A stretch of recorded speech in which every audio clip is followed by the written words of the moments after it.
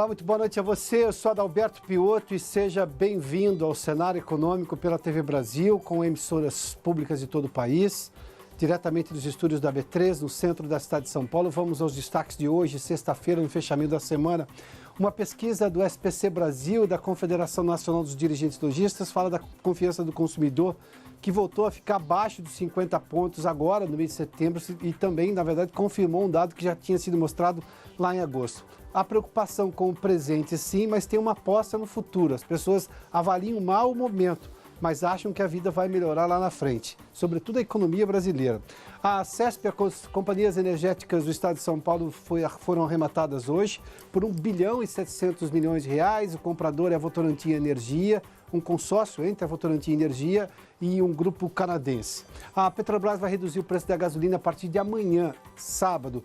E a bolsa em alta e dólar em queda no fechamento da semana. Hoje, sexta-feira, o cenário econômico já está no ar.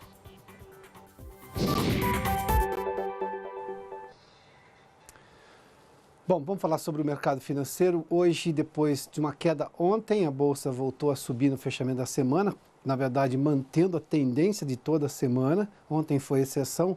O dólar caiu hoje também, como foi uma tendência na semana. Vamos dar uma olhadinha aqui, até para comparar qual foi o comportamento tanto do Ibovespa quanto do dólar na semana. Hoje o Ibovespa, hoje sexta-feira, com uma alta de 0,44% a 84.219 pontos.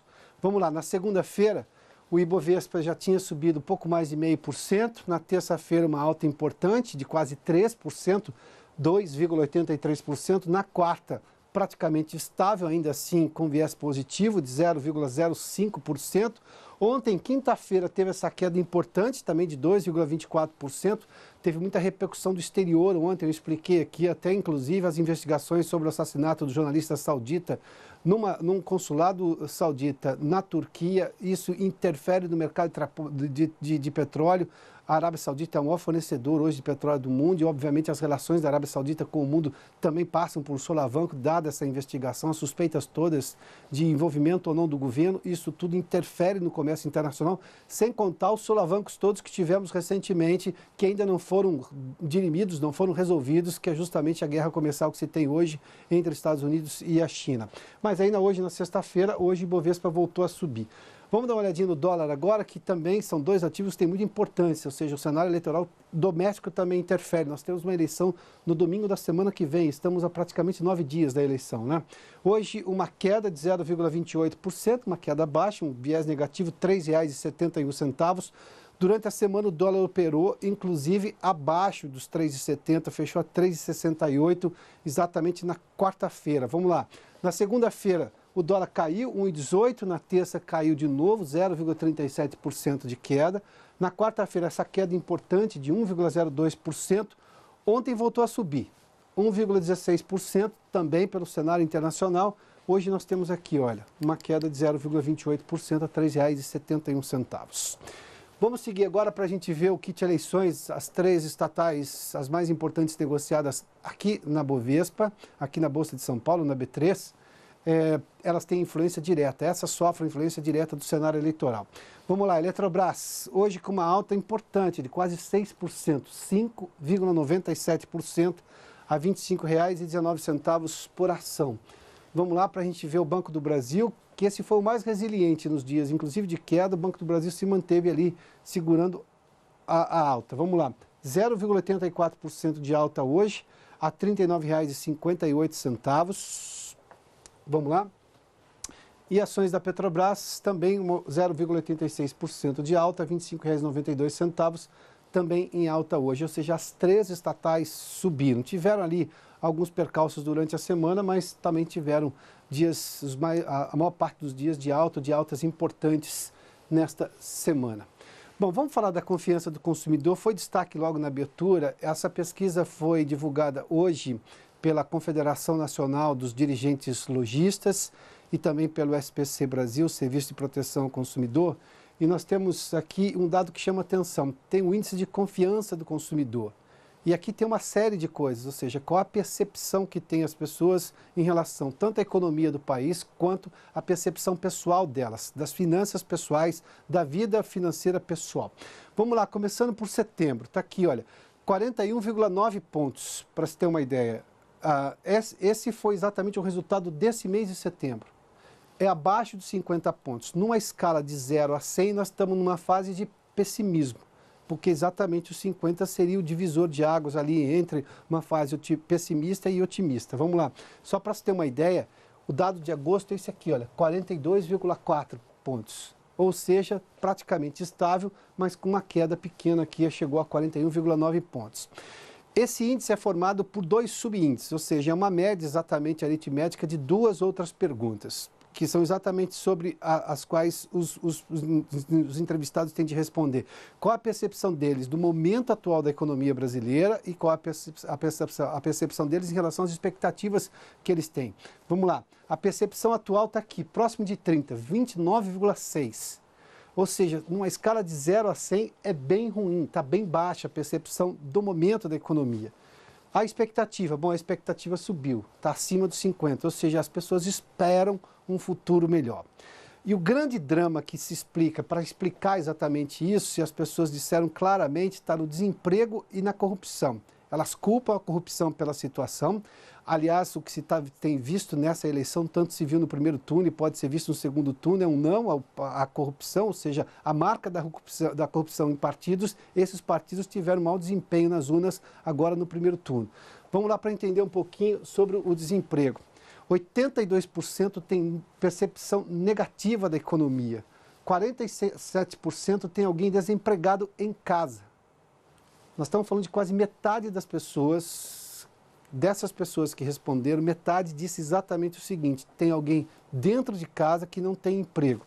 E 34% tem receio de demissão, para se ter uma ideia. Ou seja, a gente tem ainda toda a percepção, que é uma realidade dos números brasileiros. Nós temos um problema gigantesco ainda do desemprego, fruto exatamente da maior crise econômica que esse país já passou e com erros gigantescos de política econômica do governo anterior que nos levaram a uma crise sem precedentes em 2015 e 2016, com recessão profunda do país.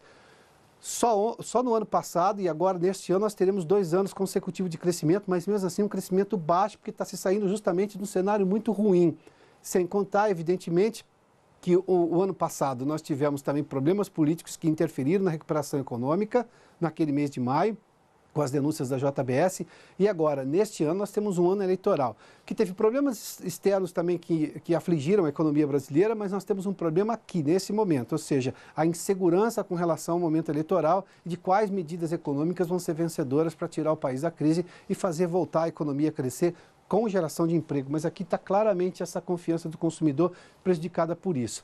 Tem um outro detalhe, os consumidores em algum momento têm uma certa contradição, porque perguntados sobre a situação da economia, eles são muito duros, nós temos 33% que se declaram absolutamente com perfil negativo em relação à economia, mas se perguntado, por exemplo, bom, e qual é a sua situação pessoal? Só 10% estão negativos, ou seja, a maior parte tem uma percepção de que eles vão sair daquela situação. 55% acham, por exemplo, que a situação da economia, das finanças pessoais, está bem melhor do que, por exemplo, o outro número, ou seja, quando se perguntado qual a situação ruim.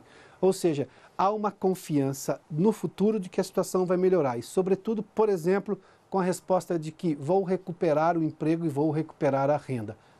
Exatamente essa é a solução que as pessoas apresentam para justificar uma resposta de que a situação pessoal pode vir a melhorar no futuro. Bom, vamos falar um pouquinho sobre o crescimento das vendas do comércio eletrônico em São Paulo. A Raquel Setes tem informações porque houve crescimento importante no segundo trimestre. Raquel, boa noite, seja bem-vinda aqui ao Cenário Econômico.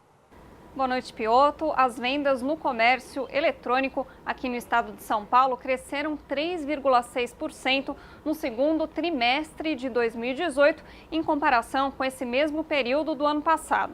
O faturamento foi de 4,7 bilhões de reais, segundo o levantamento da FEComércio SP.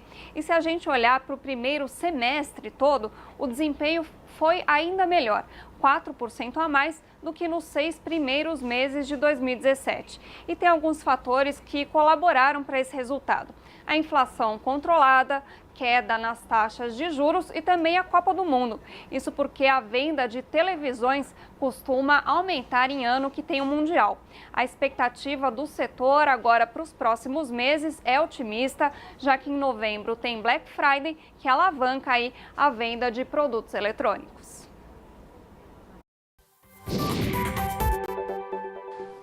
Muito obrigado, Raquel. Só retomando a história da confiança do consumidor, nós temos os números aqui, olha. Das pessoas, quando falam exatamente da situação do pessimismo, 48%, praticamente a metade, culpam a corrupção e o desemprego. Nós mostramos os números do temor, inclusive, da situação de ter gente em casa que está desempregada e do temor do desemprego. Das pessoas, quando elas justificam o otimismo, 28% acreditam num novo emprego, ou seja, numa recuperação do emprego ou do emprego melhor, ou na recuperação de se ter emprego, e 22% fazem boa gestão financeira, disseram que estão controlando bem os gastos, aqui justificam a razão delas estarem pessimistas ou otimistas. Bom, vamos falar agora porque a CESP foi vendida hoje num leilão aqui na B3 por 1 bilhão e 700 milhões de reais. Você já acompanha imagens aí do leilão. O leilão aconteceu depois de 4 tentativas frustradas nos últimos anos e uma batalha de liminares na justiça. O grupo vencedor, formado pela Votorantim Energia e por um fundo de pensão canadense, não teve concorrentes e pagou um ágio de 2,09%. A usina de Porto Primavera, por exemplo, é da CESP, fica lá no extremo oeste do estado de São Paulo. As ações da CESP tiveram na Bolsa uma forte valorização hoje.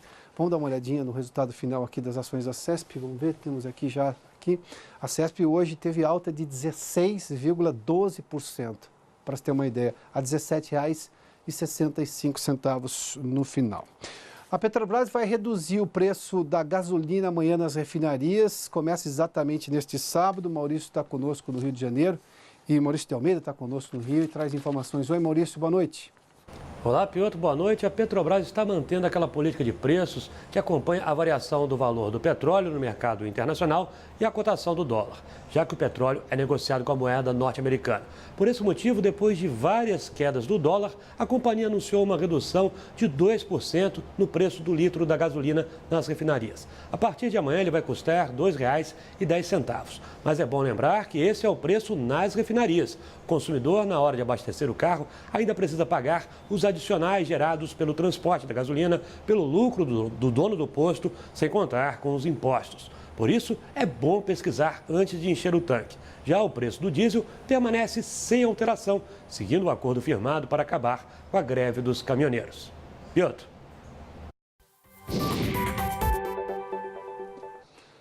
Muito obrigado, Maurício. Só fazer um comentário sobre uma entrevista que nós tivemos aqui durante a semana, quando a gente estava falando sobre a relação do dólar, do câmbio, e com as viagens internacionais. Sobretudo, o representante da Kayak esteve aqui conosco e mostrou exatamente que o que traz insegurança para as pessoas viajarem para o exterior é menos, embora isso seja obviamente importante, o valor do dólar, que está muito valorizado ainda frente ao real, mas sobretudo a instabilidade do dólar, ou seja, quando sobe e desce e você não consegue fazer um planejamento de longo prazo.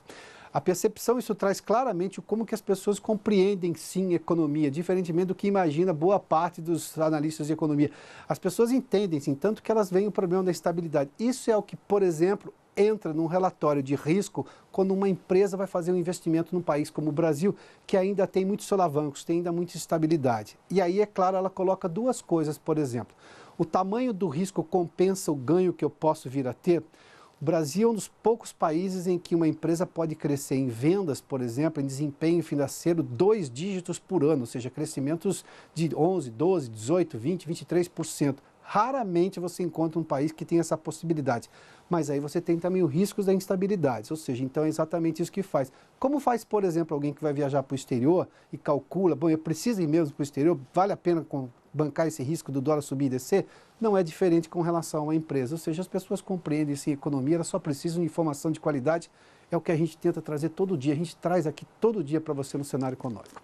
Bom, vamos fazer um intervalo, daqui a pouco a gente fala sobre denominação de origem de um produto genuinamente nacional, aliás, vem da época do Império, até antes do Império, na verdade, do Brasil colônia, que é a cachaça. Tem a questão profissional, a questão de ser uma bebida alcoólica que tem problema de publicidade, a gente fala disso tudo daqui a pouco aqui no cenário econômico, depois do intervalo.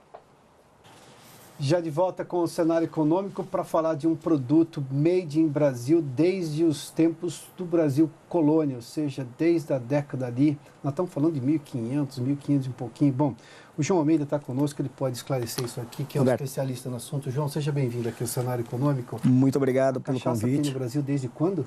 Cachaça tem no Brasil desde que os portugueses chegaram aqui. Cachaça a gente entende como destilado de cana-de-açúcar, é isso? Destilado, aguardente produzido a partir da cana-de-açúcar. A garapa de cana-de-açúcar fermentada e destilada resulta na cachaça. Por que se chamava de Brazilian Rum, por exemplo, fora do Brasil? Que não é. Cachaça é rum é outra coisa. A cachaça, embora seja um produto genuinamente brasileiro, ela é recente esse reconhecimento como cachaça. Então, quando você tem um destilado que você não tem uma denominação de origem, você pode chamar ele de qualquer coisa, né? Então, nos Estados Unidos, para ser mais fácil a pronúncia e a venda, então era Brazilian Rum, né? E pegava aí o mercado brasileiro e pegava o rum, que na verdade é a neta da cachaça, né? O rum vem bem depois da cachaça e tinha mais fama nos Estados Unidos do que a nossa cachaça. Aliás, isso tem denominação de origem, foi reconhecida, inclusive, diga-se de passagem. Nós temos... Podemos mostrar aí, Renato, o mapa do brasileiro? Ontem nós fizemos menção sobre Condamônios... então vamos lá, eu me levanto aqui, vem cá, vamos rapidinho, não tem problema. Abre para mim então a tela, por gentileza, a gente faz aqui ao vivo é ao vivo, pode ser? Temos a tela? Vamos lá, está aqui. Essa é exatamente a tela que nós temos, a microrregião, por exemplo, de Abaíra, na Bahia. Isso. Que é depois a região de Salinas, obviamente estamos falando de Minas Gerais. Isso. E Paraty, no Rio de Janeiro. A produção maior em São Paulo e não tem denominação de origem em São Paulo? Nós não temos denominação de origem em São Paulo, embora 60% aí da cana-de-açúcar plantada no Brasil hoje está concentrada no estado de São Paulo. E a maior produção, até por conta da produção de cachaça industrial, que é a cachaça de coluna, é aqui de São Paulo.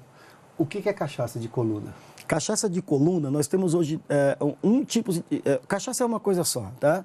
É aguardente que tem de 38% a 48% de volume alcoólico, né? Que é destilado e fermentado na garapa da cana-de-açúcar. Agora, você tem a cachaça de alambique, que você produz de forma lenta, no modo craft, né? Mais artesanal ali, e você tem a cachaça de coluna, que são aquelas cachaças que são feitas em grande escala, né? As marcas mais aí, que são inclusive as mais exportadas. Mas as duas são cachaças. Sensorialmente a diferença entre elas, mas não no modo de... Me permite entrar em duas questões econômicas que você mencionou aí. Primeiro, exportação. Sim. Ou seja, é uma commodity brasileira que está sendo exportada. Sim. Isso tem um peso importante na balança comercial, na imagem do Brasil. Porque, obviamente, nós estamos falando de uma bebida alcoólica, há restrições de publicidade, diga-se de passagem. Aqui nós estamos tratando de forma jornalística do tema e vou lhe perguntar sobre isso. Porque é um setor também que emprega muita gente. 600 mil pessoas. É cultural no país, ou seja, é legal porque se paga impostos, ou seja, isso é reconhecido na legislação. Você fez menção antes da gente começar a entrevista, nós temos reconhecimento tanto do termo cachaça ainda na gestão de Fernando Henrique Cardoso e depois de um convênio assinado entre Obama e Lula sobre o reconhecimento dos dois países e você reconhecer as bebidas de ambos os países. Ou seja, é uma questão cultural. Como é que se fala de cachaça, levando-se em conta que por ser uma bebida alcoólica, apesar de todo o impacto econômico positivo que tem na cadeia, ou seja, em geração de emprego, geração de impostos e tudo mais, sendo que tem restrição de publicidade, como é que se fala de um assunto, ainda sobretudo porque é uma coisa cultural que vem desde 1500? Olha, é um desafio muito grande e não é só para cachaça, né? Toda bebida destilada você tem restrição aí de publicidade, né? É um desafio muito grande, mas à medida em que esse desafio se apresenta, cresce também o número de consumidores de cachaça. Hoje, a cachaça, ela chega em todas as classes. Não tem mais aquela distinção. Antigamente, a cachaça era uma coisa estigmatizada, era a bebida do pobre, né? E sempre relacionada ao alcoolismo severo. Sempre relacionada ao alcoolismo severo. Hoje, não. Hoje, você tem aí grandes produtores, você tem grandes entidades como o IBRAC, Instituto Brasileiro da Cachaça, que trabalha aí junto ao público consumidor, junto ao mercado consumidor, junto ao mercado comprador, mercado exportador, né? O mercado que importa o nosso produto. Então você tem um trabalho feito aí por essas entidades que tira essa carga negativa da cachaça e leva a cachaça cada vez para um patamar mais bacana ali dentro, junto com outras bebidas, vinhos, cervejas. Você tem ali a cachaça brigando de igual para igual ali. E que tipo de informação positiva? É claro, nós estamos falando de bebida alcoólica e quando se olha pelo lado clínico da coisa, de pessoas que são dependentes, isso é um problema. Mas eu tenho um produto cultural, bebida alcoólica é um produto cultural no mundo inteiro. Aliás, eu costumo dizer que qualquer civilização do mundo, qualquer grupo do mundo, país, tem uma cachaça e um pão. Ou seja, tem alguma coisa que vem do álcool, uma bebida alcoólica, e tem algum tipo de pão, nos mais diferentes formatos, seja lá que tipo de farinha que se usa para fazer o pão, de trigo, de milho, mas enfim. Grandes sociedades, né, se desenvolvem em torno da bebida alcoólica, né? Se você for ver a história desde a antiguidade até aqui, você vai ver que a bebida alcoólica está ali junto, né? Os europeus tratam, por exemplo, o consumo de vinho como alimento, paga imposto de alimento. No Brasil, paga como bebida alcoólica, nociva. Exatamente. Ou seja, como é que se trabalha isso tudo? Porque a questão é o que é. Eu tenho aspectos econômicos, você já fez menção. Tem investimento tecnológico, tem uma profissionalização do setor, eu suponho. Mas eu tenho também esse outro lado que no Brasil ainda é culturalmente muito pesado. Sim, mas você tem hoje grandes nomes, grandes cozinhas, grandes empreitadas que buscam na cachaça complemento para aquilo que você está comendo e bebendo. Então, hoje, inclusive do preparo de alimentos. Inclusive do preparo de alimentos. Grandes chefes usam cachaça para fazer comida. Como você tem hoje cerca de 40 madeiras para envelhecer cachaça, você tem uma complexidade sensorial muito grande. João, 40 madeiras? Tipos de madeira para fazer cerca de 40 madeiras para fazer envelhecimento de cachaça, enquanto, por exemplo, o uísque só tem uma, que é o carvalho. O vinho também. O vinho, só tem o carvalho. São diferentes carvalhos. São diferentes carvalhos, mas é apenas o carvalho. Aqui você tem, para falar, 3 ou 4 exemplos. Jequitibá, você tem amburana, você tem o jequitibá rosa, você tem amendoim do campo, você tem a grápia. Enfim, você tem uma série de madeiras que conferem complexidades que outras bebidas não conferem. Então, o que acontece hoje com a cachaça? Você tem cachaça para você harmonizar desde o prato principal, desde o pratinho de entrada, aquele canapé de entrada numa refeição, até o cafezinho final. Depois de passar pela sobremesa. Aí é um agregar de questões culturais. Exatamente. Ou seja, eu começo a limpar o nome da bebida que antigamente era associada ao alcoolismo severo. Graças às possibilidades sensoriais conferidas por essas madeiras para envelhecer cachaça. Você que trabalha nesse setor, deixa eu te fazer uma pergunta. Tempos atrás eu assisti a uma propaganda de uma cervejaria, a Heineken, que punha ali um piloto. Dizendo, aliás, não, então o sujeito estava no bar e dizia assim, não vou beber o segundo porque já está bom, já bebi demais. Ou seja, a cervejaria dizendo o seguinte, não beba além porque isso vai lhe fazer mal. Sim. O que seria, nos anos 80, uma contra-propaganda. Hoje, de forma positiva, a empresa continua líder, vendendo, extremamente lucrativa. Exatamente. É esse o tom que se faz, por exemplo, quando se diz, não beba além da sua conta? Os produtores de cachaça estão cada vez mais conscientes de que você tem que beber melhor e relaxar mais. Beber melhor não é beber muito, é beber com qualidade, é consumir com qualidade. Então, hoje você tem cachaças que você degusta aquela cachaça com amigos, você não tem mais aquela coisa de, eu vou beber até cair, até porque isso nunca foi o marketing da cachaça, né? É aquela coisa para você beber com elegância, como são os grandes conhaques, como são os grandes tequilas, como são os grandes gins, né? Então você tem hoje cachaça também para beber com excelência e qualidade. É uma mudança de paradigma, né? É uma mudança de paradigma. João, obrigado pela gentileza da entrevista aqui ao Cenário. Obrigado a você. Sucesso e sorte. Sorte é um produto genuinamente nacional. É isso aí. Com toda essa responsabilidade que foi agregada a valor, né? É isso aí. Obrigado. João Almeida conversou conosco, especialista em cachaça. O Cenário Econômico termina aqui. Muito obrigado pela sua companhia, pela audiência. Boa noite a você. Bom final de semana. A gente volta lá na segunda-feira. Até lá, hein?